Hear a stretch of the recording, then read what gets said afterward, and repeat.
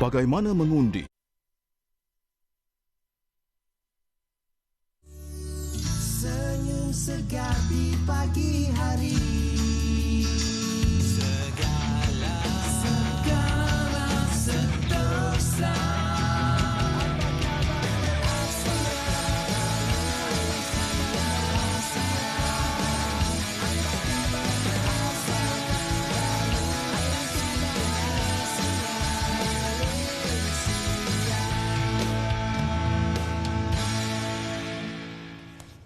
Bismillahirrahmanirrahim. Assalamualaikum warahmatullahi wabarakatuh. Hari Jumaat, hari yang kata penuh barakah. Hari ini kita bersiaran dalam Apa Khabar Malaysia bertemankan saya Dini Ashraf Salim.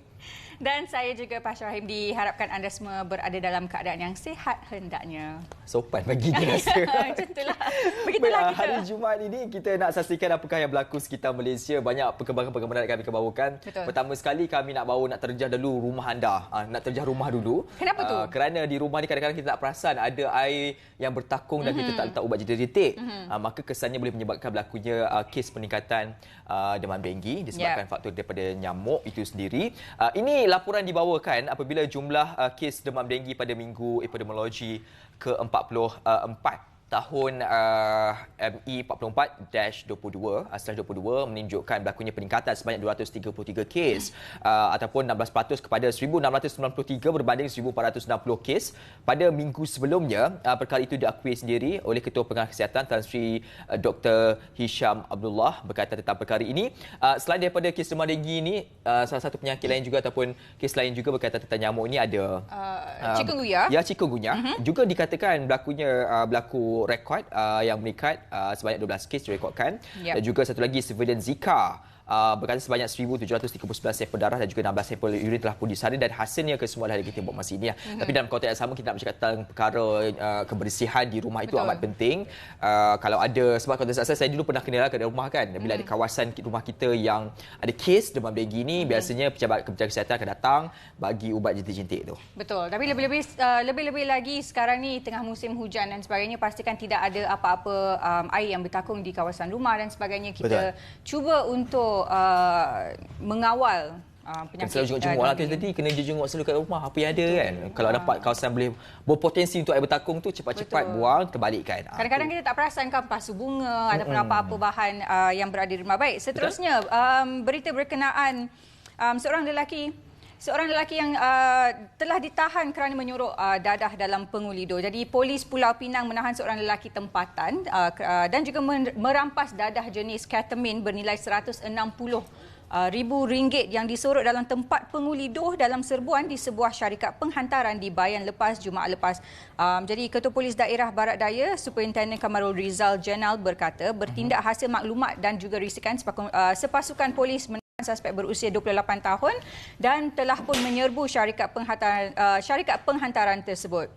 Ini adalah satu tindakan yang cukup baguslah kita berikan kepada pihak berkuasa Polisi Diraja Malaysia apabila berjaya mempaskan, sebab difahamkan jumlah yang rampasan ini kalau kita tak rampas, dia boleh diedarkan kepada lebih kurang 4,000.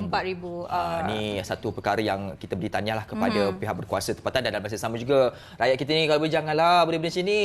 Janganlah, walaupun mungkin walaupun dalam keadaan terdesak macam mana pun janganlah kita terlibatlah dalam jenayah. Khususnya berkaitan dengan dadah ini. Selanjutnya ini satu situasi yang saya kira mungkin di masyarakat luar badan khususnya terlibat dalam industri ini agak sedih hati jugalah kerana harganya dalam keadaan yang tidak memberansangkan. Dalam masa yang sama juga disebabkan faktor musim yang hujan sekejap panas ni tak membantu mereka untuk turun ke lapangan bekerja. Berkaitan tentang pengeluaran getah asli Malaysia susut 5.9% pada September ini. Ini satu cukup banyak memandangkan di Malaysia ini industri getah itu pengeluarannya lebih kurang dalam 87% itu disumbangkan oleh industri kecil, maksudnya pekebun-pekebun ni kan, yang mengeluarkan pengeluaran getah itu berbanding daripada pengeluaran estate sebanyak hanya 12%.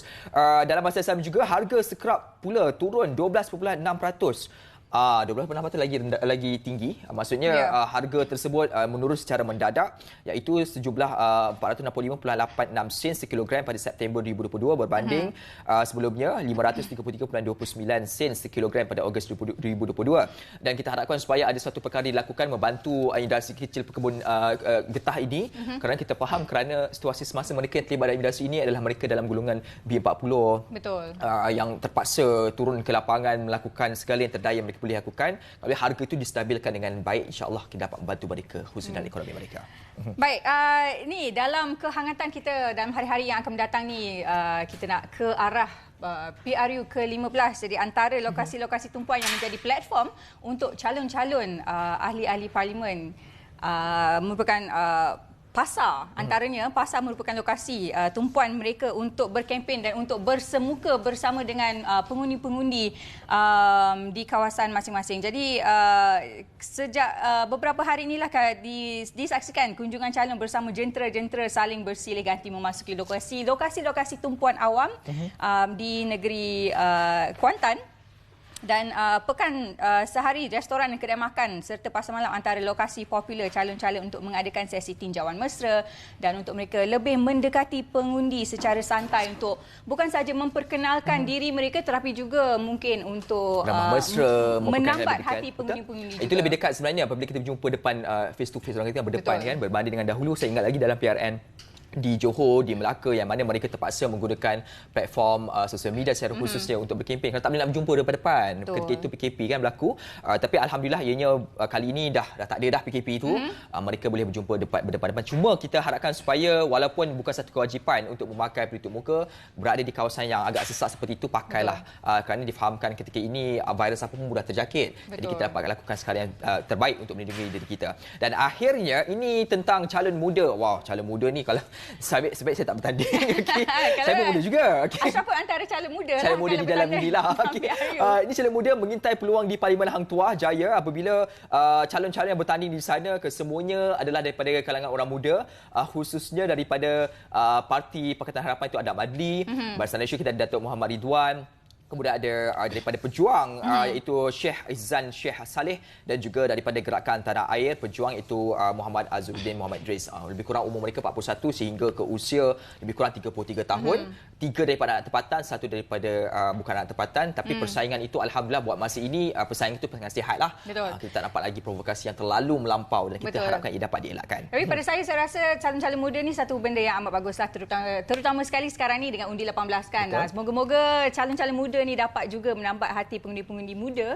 InsyaAllah. Yang paling penting bukan sekadar dapat menambat hati dia, tapi mereka boleh bekerja lebih hebat lagi. Betul, dan juga bertanggungjawab dan juga amanah dalam menjalankan tanggungjawab sekiranya terpilih ataupun berjaya mendapat kerusi parlimen nanti. Betul, dan selepas ini kita nak saksikan pula apakah situasinya bagi cuaca hari ini, dan terus kita bersama dengan rakan setugas dari Berita. Silakan.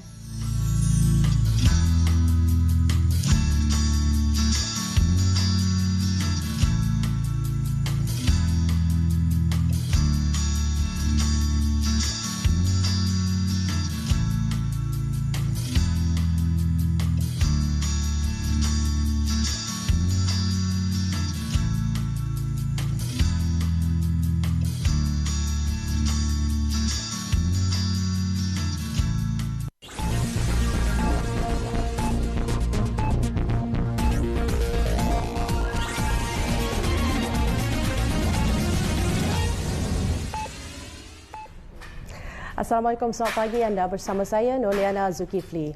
Perdana Menteri Datuk Seri Ismail Sabri Yaakob mengarahkan semua agensi termasuk Jabatan Kesihatan dan Jabatan Kebajikan Masyarakat untuk memberi perhatian sepenuhnya kepada usaha membantu keluarga Malaysia yang ditimpa musibah banjir. Menerusi catatan di media sosial, Perdana Menteri turut mengarahkan agensi pengurusan bencana negara, Jabatan Bomba dan Penyelamat, Polis Diraja Malaysia, Angkatan Tentera dan Angkatan Pertahanan Awam ke lokasi terjejas banjir bagi memindahkan mangsa. Beliau menasihati orang ramai supaya sentiasa waspada dengan bencana yang berlaku selain mematuhi setiap arahan agensi keselamatan, selain peka dengan amaran cuaca buruk yang dikeluarkan oleh Jabatan Meteorologi Malaysia bagi membuat persediaan awal. Datuk Seri Ismail Sabri turut berdoa agar bencana alam ini segera pulih dan mangsa dapat pulang ke kediaman masing-masing dengan selamat. Jabatan Pengairan dan Saliran JPS mengeluarkan notis kesiapsiagaan kemungkinan banjir di Terengganu dan Pahang sekiranya hujan yang signifikan terus berlaku di lembangan Sungai Besut dan Sungai Rompin. JPS memaklumkan ia berdasarkan hasil simulasi model ramalan banjir jabatan itu susulan amaran hujan berterusan buruk oleh Jabatan Meteorologi Malaysia, Met Malaysia, pada 2.10 petang semalam. Menurut JPS, terdapat risiko berlaku banjir mulai 1 pagi hari ini di kawasan sekitar Sekolah Kebangsaan Seri Payung di daerah Besut, Terengganu dan 5 petang di kawasan sekitar Kampung Buluh Nipis di daerah Rompin, Pahang. Notis kesiapsiagaan ini dikeluarkan bagi membolehkan semua penduduk, terutama di kawasan yang berisiko, untuk berwaspada dengan sebarang kemungkinan banjir kilat bagi tempoh tersebut. Calon Barisan Nasional Parlimen Sungai Buloh, Hairi Jamaluddin, ada karakter dan rekod prestasi baik untuk menjadi Perdana Menteri pada masa hadapan. Menteri Komunikasi dan Multimedia Tan Sri Anwar Musa berkata kenyataan berani Hairi menyuarakan hasrat mahu jadi Perdana Menteri satu hari nanti membuktikan Menteri Kesihatan itu seorang yang berkeyakinan tinggi. Pada saya itu adalah antara sifat-sifat kepimpinan yang mempunyai keyakinan diri, ada self-confidence, tidak ada inferiority complex, dan bila dia bertanding dalam satu kawasan yang sukar, dia masih berani menyatakan satu komitmen. So itu kualiti-kualiti yang baiklah. Tan Sri Anwar bagaimanapun berkata hasrat yang dibuat oleh Hairi itu adalah untuk masa akan datang. Komitmen dia ialah bila BN membentuk kerajaan, calon tunggalnya adalah Yang Amat Berhormat Datuk Seri Ismail Sabri. Beri peluang Perikatan Nasional mentadbir Malaysia selama 1 penggal pada PRU15 untuk dinilai. Timbalan Pengerusi PN Tan Sri Abdul Hadi Awang yang juga Presiden PAS berkata PN perlu diberi peluang demi masa depan yang baharu bagi Malaysia kerana rekod prestasi gabungan itu bersih daripada sebarang salah laku. Beliau turut memberi contoh sepanjang PAS mentadbir Kerajaan Kelantan, Terengganu dan Kedah, negeri itu terbukti bebas daripada sebarang salah laku termasuk kes rasuah. Beri peluang kepada Perikatan Nasional untuk teruskan mentadbir memerintah negara. Beri peluang kepada kami, satu penggal. Lihat apa kami buat. Kalau buat tak betul, tolak pilihan raya yang ke-16. Bukan payah sangat. Tapi beri peluang dulu. Kami tak ada rekod menipu rakyat. Tan Sri Abdul Hadi ditemui pada majlis santai petang bersama calon PN Parlimen Titiwangsa Dr. Rosni Adam di Desa Pandan di Ibu Negara semalam. Pada PRU15, Parlimen Titiwangsa mempunyai seramai 80,747 pengundi berdaftar yang layak. Sekian dari berita. Assalamualaikum dan salam hormat.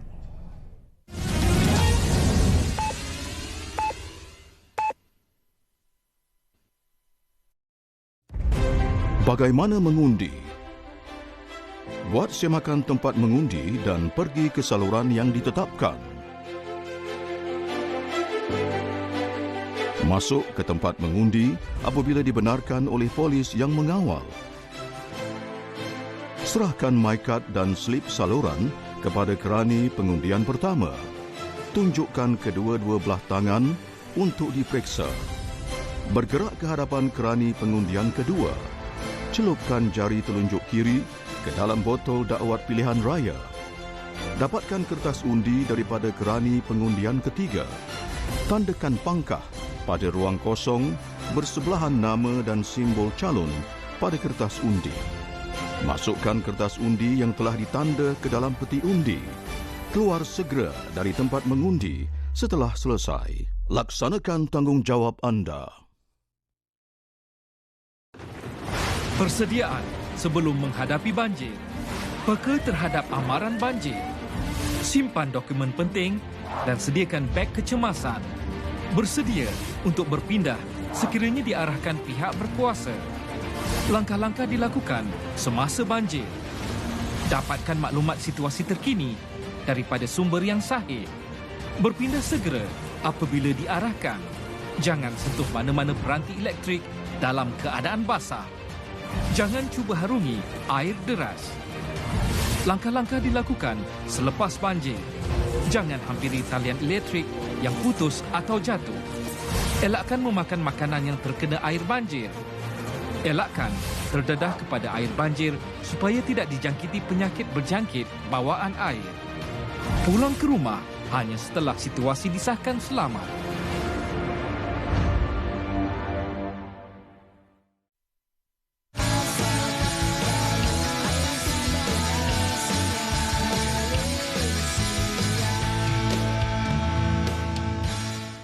Baik, kembali semula bersama dengan kami. Satu perkara ataupun anugerah yang tidak ternilai dalam hidup ini adalah apabila diberikan kelebihan ataupun mendapat anugerah pemandangan mata yang jelas. Dapat melihat keindahan ciptaan daripada Allah Subhanahu Wa Taala. Dan itu adalah satu memori yang tidak boleh kita beli dan juga kita dapat daripada mana-mana. Sebab tu bila mata kita mula start kabur je, kita dah mula rasa macam tak senang hati, tak senang duduk. Betul tu. Dan juga sebenarnya mata kita adalah antara salah satu organ sebenarnya tak boleh diganti. Mungkin kalau organ-organ lain kita boleh ada pemindahan organ dan sebagainya, tapi mata susah sikit. Ini adalah satu perkara yang kita akan bincangkan bersama kerana kadang-kadang itu ianya berpunca daripada sekecil-kecil isu seperti berlakunya keradangan mata, kemudian boleh merebak kepada perkara yang lebih dahsyat dan boleh menjadikan satu perkara lebih parah kalau tidak dirawat dengan segera. Dan hari ini kita nak bercakap soal isu radang mata bersama dengan Dr. Hisham Muhammad Zain, merupakan pensyarah kanan Jabatan Oftalmologi Fakulti Perubatan Universiti Kebangsaan Malaysia. Assalamualaikum doktor. Selamat datang. Terima kasih. Terus saya tatap mata doktor. Terus bila kita memandang seseorang tu memang kita terus pertama sekali akan memandang ke mata seseorang tu kan. Orang kata the eyes window to the soul. Betul. Dan kita nak bercakap tentang ini. Saya ringkas dahululah bercakap soal radang mata ni kan. Mungkin doktor boleh tafsirkan dalam konteks perubatan itu sendiri, apakah situasi ataupun keadaan radang mata itu akan berlaku. Okey, terima kasih Ashraf dan Fasha. Okey, radang mata ni sebenarnya ialah satu kondisi yang di mana berlaku inflamasi ataupun pembekakan pada salah satu ataupun lebih struktur mata. So mata kita ni bulat, kecil je kan, tapi sebenarnya dia ada banyak lapisan mata. So jika berlaku keradangan, inflamasi, ia dipanggil radang mata lah. Okey. Itu jadi terus sebab banyak lapis kan, sebab saya tengok macam mata saya ni satu lapis je. Okey, dia sebenarnya bahasanya berlaku keadaan radang mata ni berpunca daripada apa dan daripada kesan sebab lapisan itu ada kan? Lapisan mana yang menjadikan punca berlakunya keradangan mata itu nampak ini perlu dirawat dengan segera? Okey, radang mata ni sebenarnya satu topik yang besar lah kalau kita nak bincang pasal radang mata. So radang mata ni boleh kita klasifikasikan mengikut berjangkit atau tak berjangkit, ataupun kita juga boleh klasifikasikan dia mengikut anatomi mata. Maksudnya konjungtiva, kornea. So konjungtiva tu ialah lapisan paling luar yang mata putih, depan dia ada lapisan yang transparent tu konjungtiva. Jadinya kalau tak berjangkit tu contohnya alahan, alergi, iritasi, okey, dan juga trauma atau cedera lah. So kalau yang berjangkit tu ialah jangkitan kuman lah, bakteria, virus ataupun kuman-kuman yang lain. Okey. Jadi sebenarnya antara salah satu jenis radang mata yang paling biasa kita lihat adalah konjungtivitis lah, merah mata merah. Yang tu mungkin persepsi masyarakat bila nampak orang yang mata merah je terus kita menjadi takut dan panik, takut berjangkit. Rasa berjangkit. Daripada kecil saya kena macam tu kan. Kalau boleh kita tutup mata kalau mata merah tu kan. Betul. Jadi sebenarnya apakah yang menyebabkan konjungtivitis dan juga dia nak berjangkit tu, macam mana cara dia berjangkit sebenarnya? Adakah daripada pandangan sahaja bila tengok orang mata merah tu terus boleh berjangkit ke macam mana? Okey, dia sebenarnya konjungtivitis tu macam saya cakap tadi ialah radang di lapisan yang paling luar mata kita. So simptom dia ialah merah, sakit. Merah dan sakit. Okey, so tadi Fasha tanya boleh ke berjangkit melalui pandangan mata kan? Jawapannya ialah tidaklah. Okey, tidak. Mitos. Mitos, okey. Mitos untuk hari ini. Sebab kalau nanti kalau saya sakit mata, orang tengok dalam TV, kena berjangkit mata pula kat penonton kan. Jadinya cara dia berjangkit sebenarnya ialah melalui sentuhan lah. Contohnya saya sakit mata, saya gosok mata, tiba-tiba saya pergi salam Fasha. Jadinya Fasha dah salam saya, pergi pegang mata Fasha pula. Jadinya Fasha boleh dapat jangkitan mata tu. Selain daripada itu, sebab dia ada kuman, selalunya orang yang dapat konjungtivitis sebabkan virus atau bakteria ni, dia akan ada simptom lain. Contohnya demam, sesama dan batuk. Sebab virus yang sama lah. Jadinya bila macam saya sakit mata, saya batuk, terbatuk, droplets tu pergi pada Fasha atau Ashraf, boleh juga berjangkit virus yang sama dan boleh dapat conjunctivitis tersebutlah. Okey, baru saya tahu tu rupanya tak boleh. Jadinya Kena kalau hati-hati. tisu lap kan tak bolehlah biar merata-rata, kena selalu basuh tangan macam itulah. Okey, itu salah satu faktor yang boleh berlakunya keradangan mata. Yang itu memang kita dapat rasalah sakit. Kita boleh rasa sakit mata ni, kemudian dijemakan dengan warna merah. Kadang-kadang kita kalau solat pula tu kan, dia sujud tu boleh terasa macam nak keluar biji mata tu kan. Tapi ada satu kes juga yang mana mata merah tapi kita tak rasa apa-apa pun. Adakah ianya perlu ditakuti? Sebab saya pernah alami. Okey, so mungkin itu disebabkan iritasi lah. Iritasi ataupun juga mungkin juga conjunctivitis tapi mild. So iritasi contohnya macam orang pakai contact lens ataupun pakai maskara atau eyeshadow kan. Sometimes benda asing tu termasuk dalam mata. Jadinya kita tak nampak dia tapi dia ada dalam mata kita, jadinya dia benda asing dalam mata, badan kita react buat dia dan dia mata kita radang lah. Dia tak biasa dengan benda tu. Jadinya dia akan jadi merah. Jadinya bila you pakai eye drops macam artificial tears ke, basuh-basuh sikit jadi okey kan. So itu mungkin iritasi lah. Tapi kalau conjunctivitis ni selalunya dia akan lagi merah, sakit, gatal, bertaik mata, macam tu. Ada juga situasi seperti tadi kan, saya sebut bila mana berlaku mata merah tetapi tak rasa sakit dan dalam tempoh yang lama, bermula daripada sedikit saja di satu kawasan, kemudian dia merebak seolah-olah separuh daripada mata kita nampak betul-betul merah. Seolah-olah macam ada darah di dalam mata tu tapi tak rasa apa-apa. Adakah kita perlu takuti dalam situasi seperti ini? So saya rasa apa yang Ashraf maksudkan tu ialah subconjunctival hemorrhage. Maksudnya ialah pendarahan di bawah lapisan konjungtiva tu. Dia merah betul-betul, warna ni macam darah. Betul. Sebab dia memang adalah darah lah. Selalunya benda tu berlaku dia tak ada sakit langsung. Sebab merah dia macam takut tengok kan, tapi tak sakit langsung. Sebab dia hanyalah pendarahan kecil di belakang lapisan konjungtiva tu.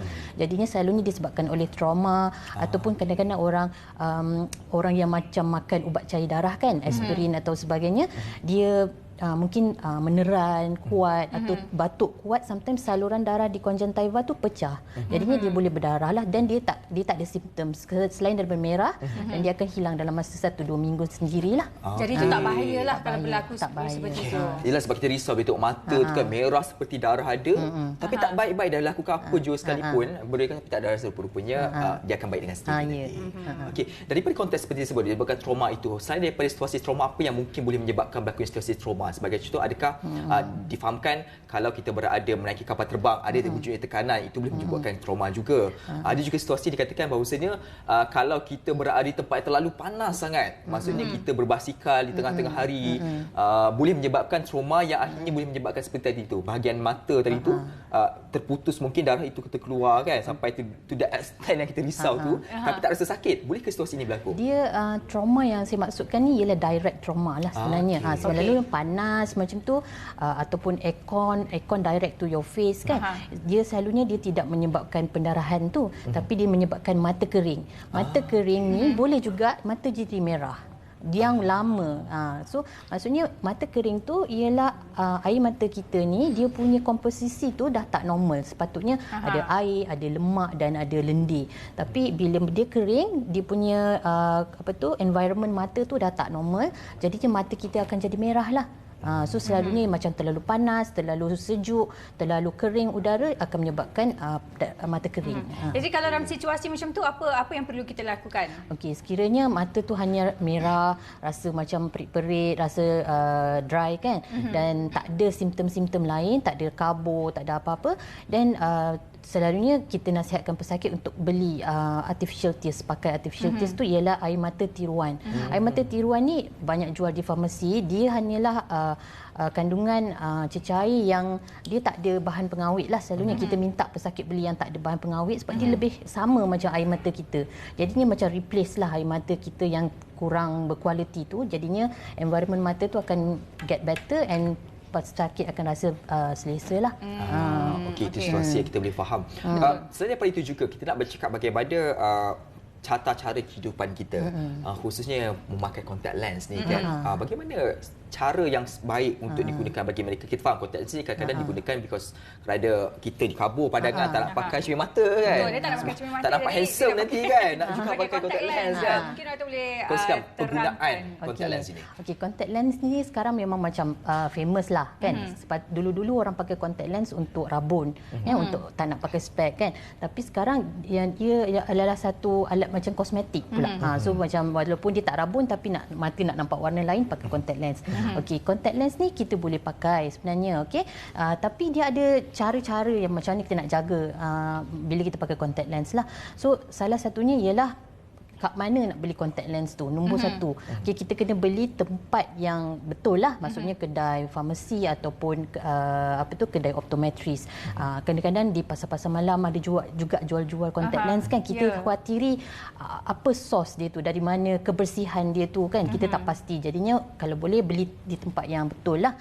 Okey, jadinya lepas kita dah beli tu, cara pemakaian pula. Jadinya kita kena make sure nombor satu, kita kena jaga kebersihan tangan lah. Kebersihan tangan dan kebersihan contact lens tu sendiri. Kat mana kita simpan contact lens tu. Contact lens dia ada casing dia kan. Jadinya bila kita tanya orang, kat mana awak simpan contact lens?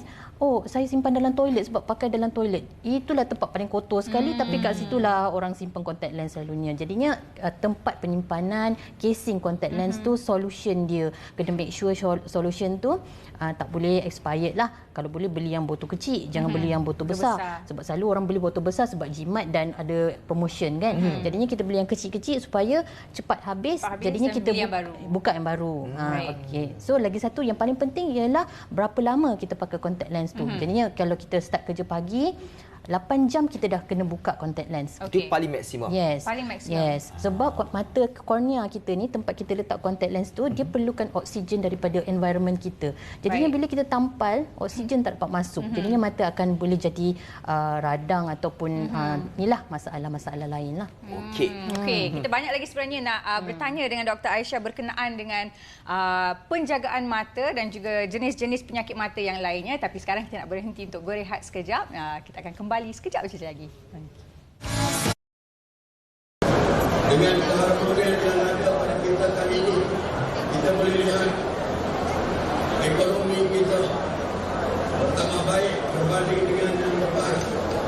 GDP kita 8.9% merupakan yang terbaik, the best in Southeast Asia, yang terbaik di Asia Tenggara. Inflasi kita, inflation kita hanya 4.7% berbanding dengan Europe 10%, US 8.9% dan sebagainya. Inflation negara lain tinggi, kita masih mengawal. Kita mesti pastikan negara kita makmur, dan cara yang paling baik untuk memakmurkan negara adalah keharmonian yang ditunjukkan bersama kita, kesepakatan bersama kita, dan kita hidup sebagai satu keluarga besar, iaitu keluarga Malaysia.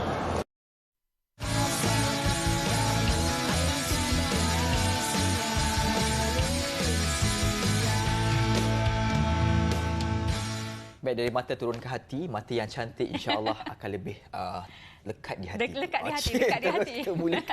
Okey, sambung lagi doktor. Bercakap soal radang mata ini, pastinya kita nak tahu juga kesan kalau kita tidak merawat keradangan mata. Yalah, kadang-kadang kita ni macam alah sakit sekejap je.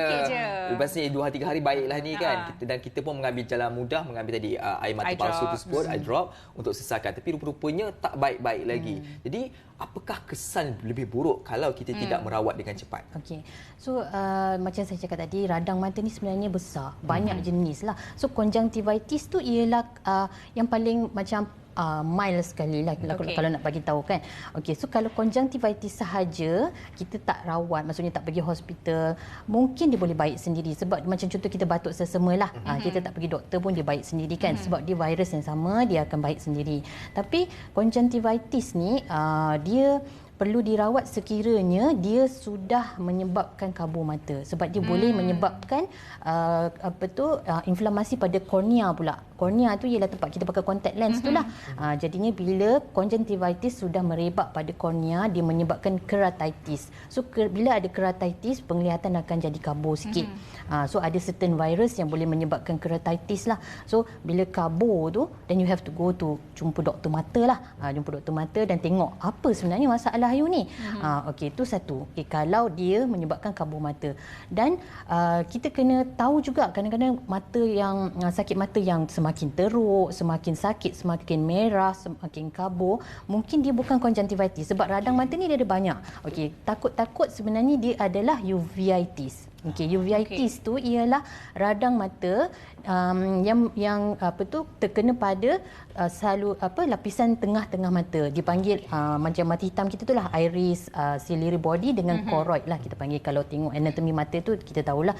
So bila dapat uveitis ni, dia adalah lebih teruk. Symptoms dia bukan setakat merah dan sakit, dia akan ada kabur mata, ataupun sometimes patient kata dia tak kabur tapi saya nampak ada macam habuk-habuk terbang lah doktor. So yang itu kita panggil floaters. Okay. So floaters tu, bila ada simptom floaters dan patient tu silau terlebih, itu tanda-tanda uveitis. Jadinya bila ada uveitis, kita tak boleh treat sendiri, kita tak boleh pergi klinik beli ubat pakai sendiri, treat sendiri, tak boleh, kena pergi jumpa doktor mata. Sebab uveitis ni dia ada banyak sebab dan dia boleh jadi teruk lah. Dia boleh disebabkan oleh jangkitan kuman ataupun dia sebabkan oleh inflamasi badan kita sendiri, autoimmune disease ataupun genetic factor lah. Jadi kalau rawatan untuk uveitis tu adalah melalui ubat-ubatan ke macam mana? Ya, uveitis ni kita kena investigate dulu apa sebab uveitis ni. Sebab macam tadi saya kata, kita boleh bagi kepada jangkitan ataupun tak berjangkit.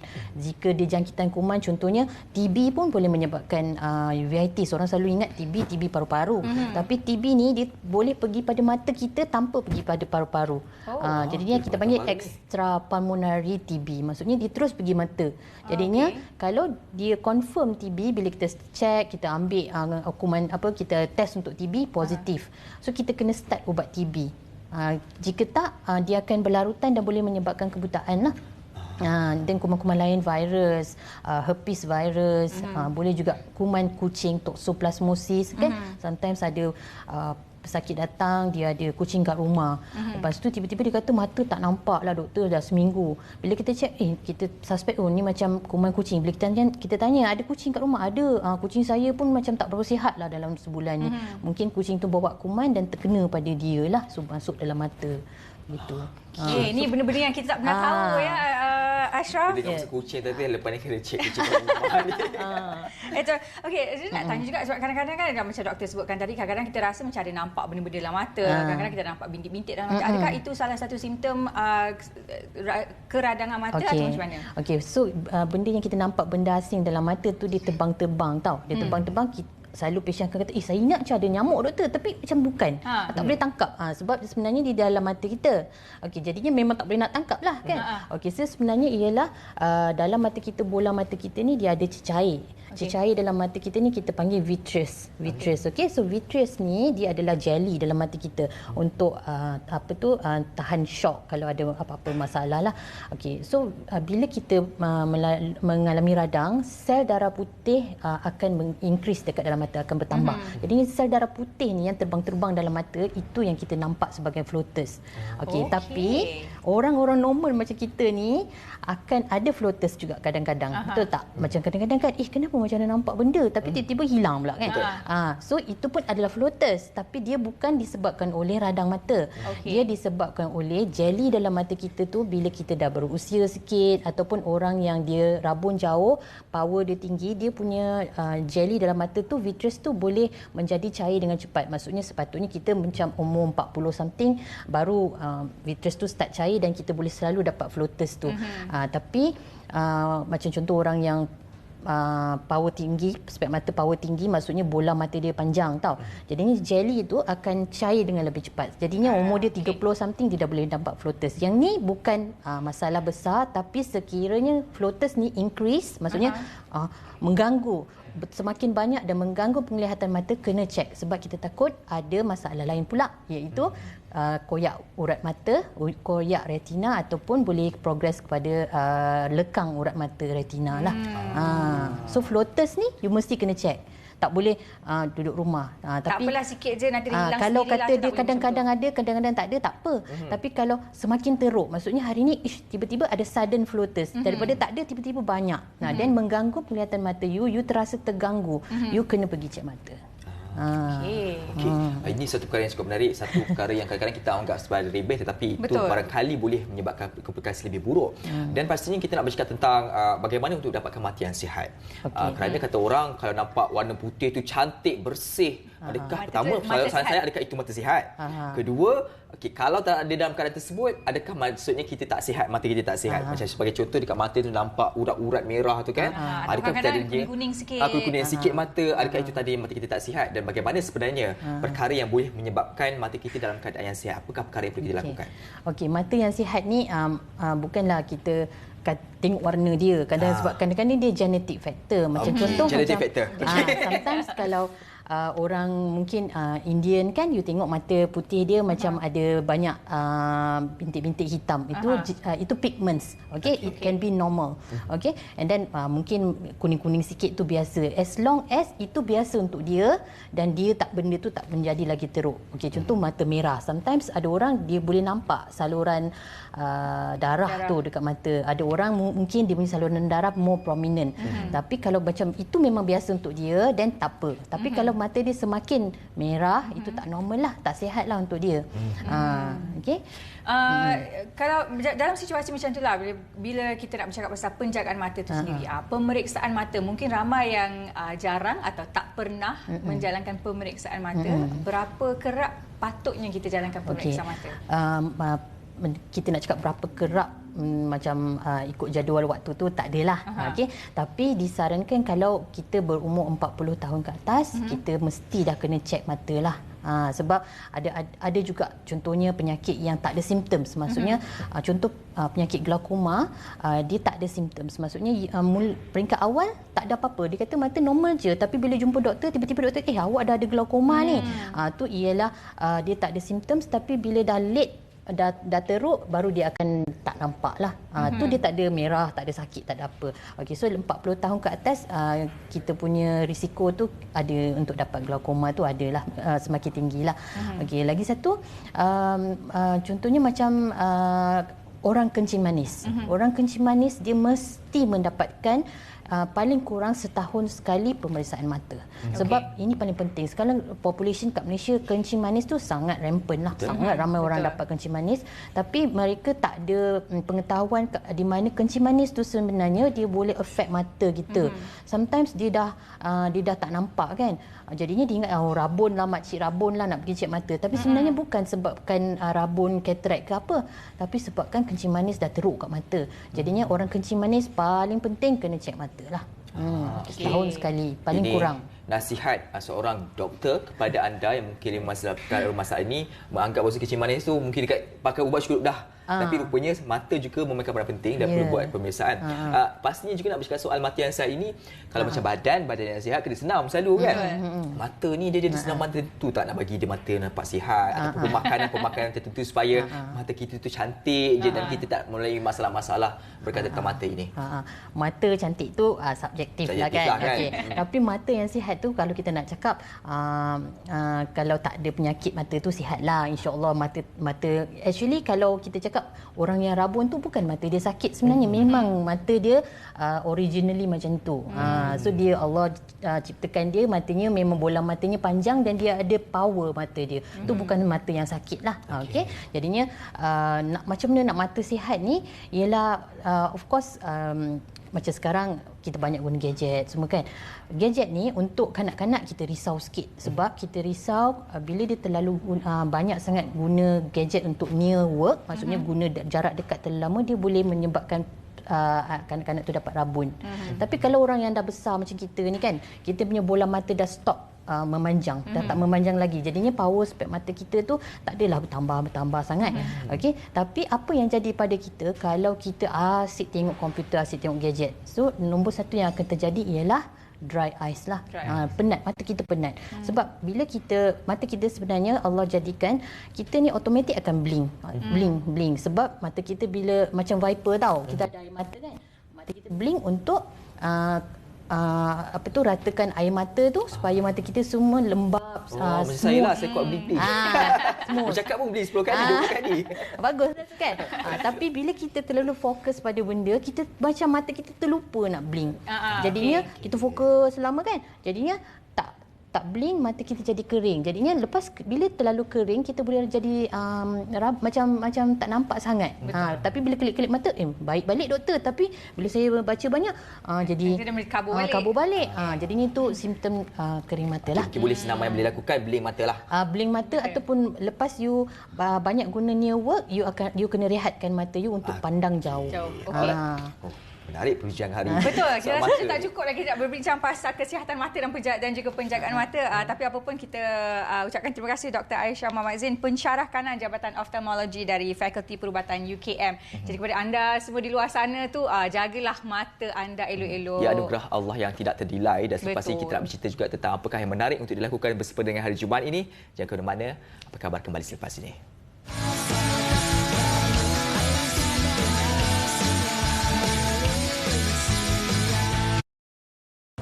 Kerajaan memang menjaga kepentingan masyarakat luar bandar. Yang saya sebut getah, tentu sajalah berkaitan dengan orang kampung. Orang di Kuala Lumpur tak ada tanam getah. Yang tanam getah di Bera, sebagai contoh. Jadi, masyarakat luar bandar sentiasa menjadi keutamaan kerajaan. Bila kita susah, siapa yang tolong kita? Waktu COVID-19, tak boleh keluar rumah, nak bekerja tak boleh. Mana ada kerajaan hantar makanan, hantar bakul makanan kepada kita. Di Bera ni, tak ada rumah yang tak dapat bekalan bakul makanan. Kita edarkan beberapa kali. Saya rasa yang paling banyak kita edarkan kepada setiap rumah, tak kira siapa, tak kira kaum apa, tak kira status kedudukan dia, kaya ke miskin. Sebab waktu itu semua orang sama saja. Tak boleh keluar rumah, tak boleh bekerja, tak boleh berniaga. Kita bantu. Waktu banjir besar baru-baru ni, peruntukan yang paling besar dalam sejarah kita gunakan untuk membantu mangsa banjir.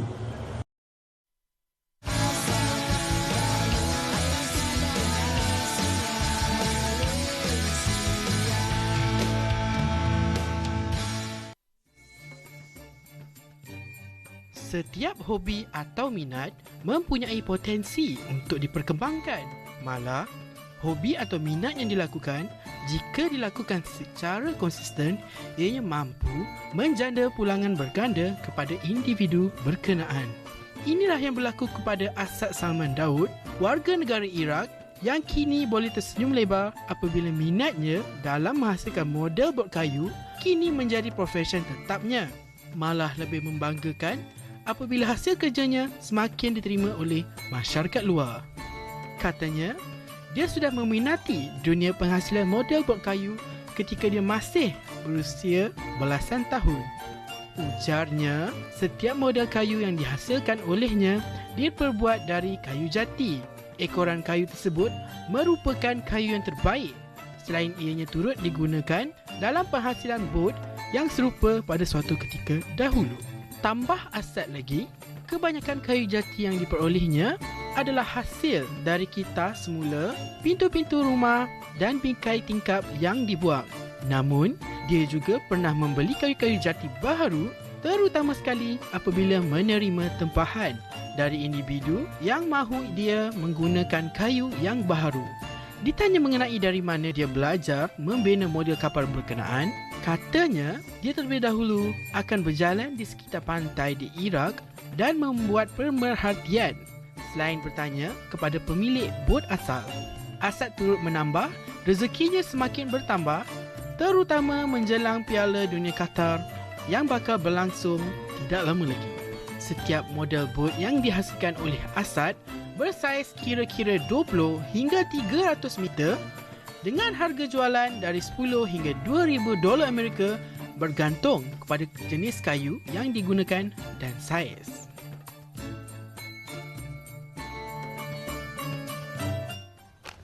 Cukup cantik satu hasil yang dilakukan dari hobi ke mata pencarian. Tapi kalau hobi anda suka tidur, tak dapat tahu cari mata pencarian. Betul tu. Tapi sebenarnya Ashraf, di hari Jumaat ni sebenarnya hari yang penuh dengan berkat. Jadi kita tak bolehlah bermalas-malasan dan untuk tidur sepanjang hari. Okey, jadi tak boleh lakukan itu sebagai hobi anda hari Jumaat. Hari ini kita bercakap secara lebih lanjut berkaitan tentang sunnah hari Jumaat bersama dengan kami di studio kali ini. Ustaz Ahmad Fazrin Yahya merupakan Tafsir Agama Kedutaan Arab Saudi di Kuala Lumpur. Assalamualaikum Ustaz, selamat datang. Assalamualaikum warahmatullahi wabarakatuh. Hari Jumaat, sama hari. Kita dalam feel hari Jumaat ni masing-masing kan.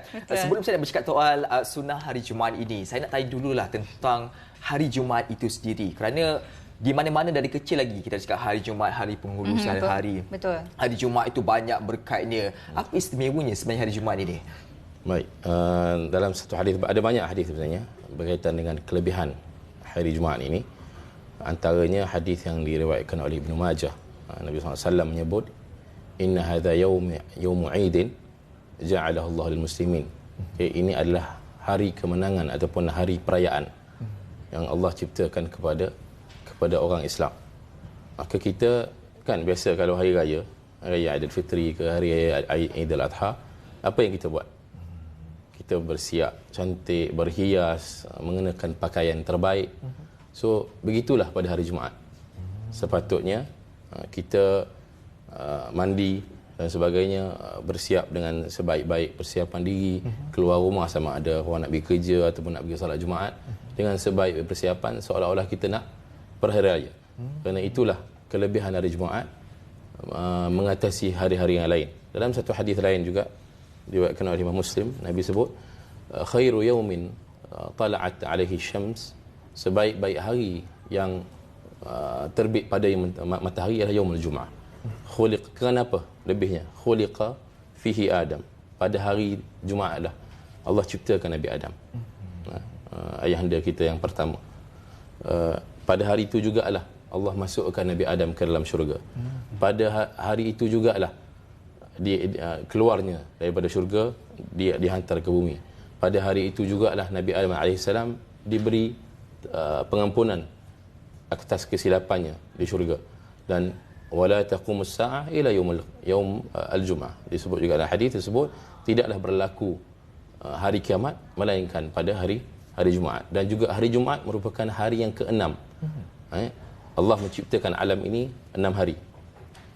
Okey, termaktub dalam Quran, fi sittati ayyamin thumma istawa 'alal 'arsy. Lepas Allah siapkan alam ini 6 hari, Allah bertahta di atas arasy. Dan hari yang terakhir, hari yang ke-6 itu adalah jatuh pada hari Jumaat juga. So itu adalah antara kelebihan kenapa kita dituntut untuk mengagungkan hari Jumaat. Okay. Allahu Akbar, betapa besarnya kehebatan hari Jumaat itu. Ya, betul. Yang tadi Ustaz sebut soal hari itu ada 6 hari, dan hari Jumaat itulah hari yang paling agung ketika itu, sehingga kan muka bumi ini diciptakan dengan sempurna. Bermulanya alam ini pada hari Jumaat, berakhirnya alam ini juga pada hari Jumaat. Baik, bercakap pasal hari Jumaat ini, pastinya disebut tadi antara hari yang paling istimewa, dan kita tak nak ketinggalan bila sebut hari istimewa ni. Biasa kita nak rebut lah macam hari raya tu kan. Betul. Kita nak buat yang terbaik dan semuanya yang the best lah kita berikan hari Jumaat itu. Pastinya kita perlu melakukan suatu perkara yang berlipat kali ganda pada hari Jumaat ini. Maka dari hari Jumaat ini, apakah perkara-perkara ataupun sunnah-sunnah yang boleh kita mulakan seawal kita bangkit daripada tidur? Baik, yang pertama sebelum kita sebut sunnah hari Jumaat ni banyak. Okey. Cuma kita kena faham sunnah di sini kita boleh ambil dalam konteks dua definisi. Sama ada definisi yang kita selalu dengar, buat dapat pahala, tak buat tak berdosa. Itu dari sudut fuqaha. Maksudnya sunnah-sunnah hari Jumaat ini kalau kita buat, insya-Allah dapat pahala, tak buat tak berdosa. Namun sunnah yang lebih besar iaitu apa sahaja yang datang dari Nabi dan kita bersungguh untuk melakukannya dengan niat apa? Ittiba', mengikut Nabi SAW. Kerana ittiba' Nabi adalah merupakan bukti bahawa kita cinta kepada Allah. Dalam surah Ali Imran, Allah sebut, wahai Muhammad, qul in kuntum tuhibbunallah fattabi'uni.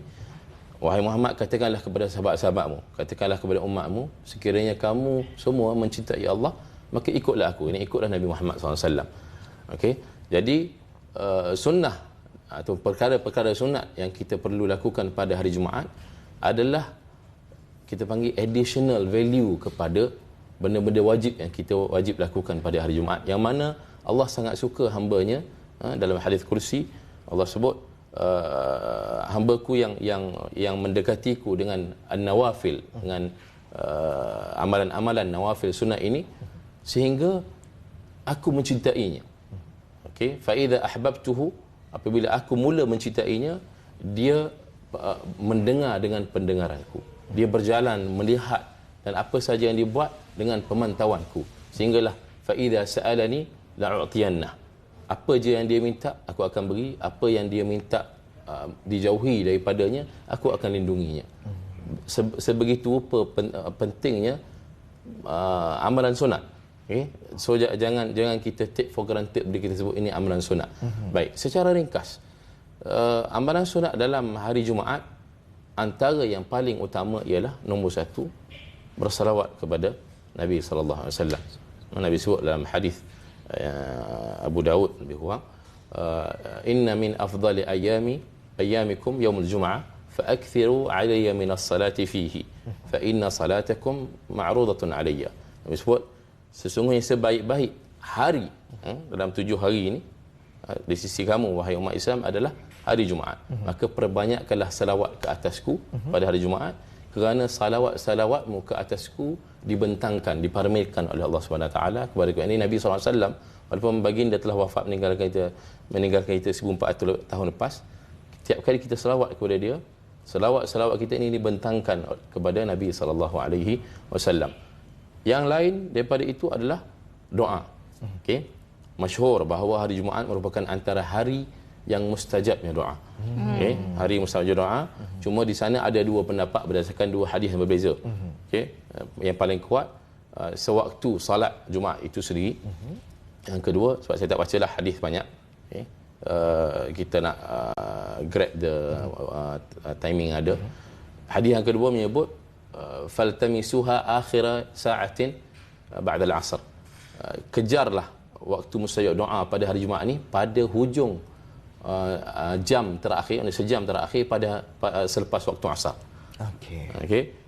Ada hadis lain Nabi sebut hari Jumaat ini tidaklah hamba yang meminta bangun, meminta salat dan meminta kepada Allah illa a'tahullah iyyah.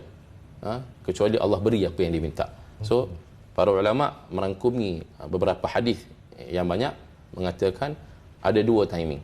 Sama ada pada waktu salat Jumaat itu sendiri, daripada khutbah khatib naik hinggalah habis salat Jumaat. Okey, dan juga pada 1 jam terakhir waktu asar. Selepas asar. Artinya nak mendekati maghrib, the final 1 hour tu, itulah yang paling mustajab.